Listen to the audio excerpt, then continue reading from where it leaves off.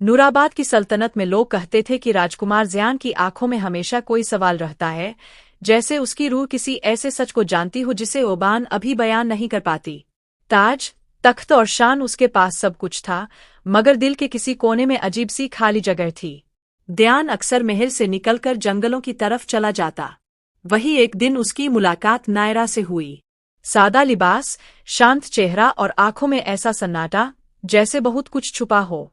वह कम बोलती थी, मगर जब बोलती तो लफ्ज़ सीधे दिल में उतर जाते।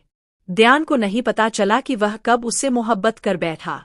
नायरा ने कभी अपना पूरा सच नहीं बताया, बस इतना कहती थी, मैं वो हूँ जो जिंदा रहने के लिए यूथ जी रही है। ध्यान ने कभी सवाल नहीं किया। उसे लगा मोहब्बत में भरोसा ही सबसे बड़ी सच्चाई होती है। दिन गुजरते गए, मुलाकातें बढ़ती गईं। नायरा की मुस्कान ज़ियान की थकान उतार देती थी, और ज़ियान की मौजूदगी नायरा को कुछ पल के लिए अपने डर भुला देती थी। दोनों को लगता था कि दुनिया यही थम जाए। एक रात ज़ियान की नज़र नायरा की कलाई पर पड़े एक पुराने निशान पर पड़ी। वह निशान राजमहल के दुश्मनों के गुप्त गिरोह का था। ध्यान ने पहली बार सवाल किया। नायरा की आंखों में आंसू आ गए।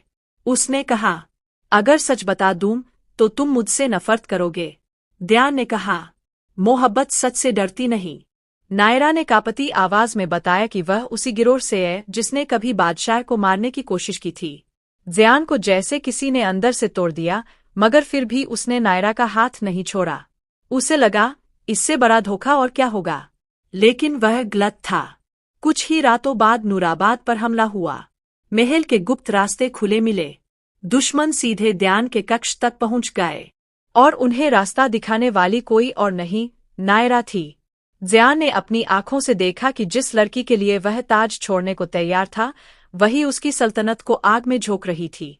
सब कुछ खत्म होने के बाद नायरा ज़ियान के सामने खड़ी थी, खून से सने कपड़े, टूटी हुई सांसें और झुकी हुई नजरें। ध्यान चीख पड़ा, क्यों? नायरा रो पड़ी, क्योंकि यही मेरा काम था, और यही मेरी किस्मत। फिर उसने वो सच बताया जिसने ध्यान की रूह तक हिला दी। वह जासूस थी।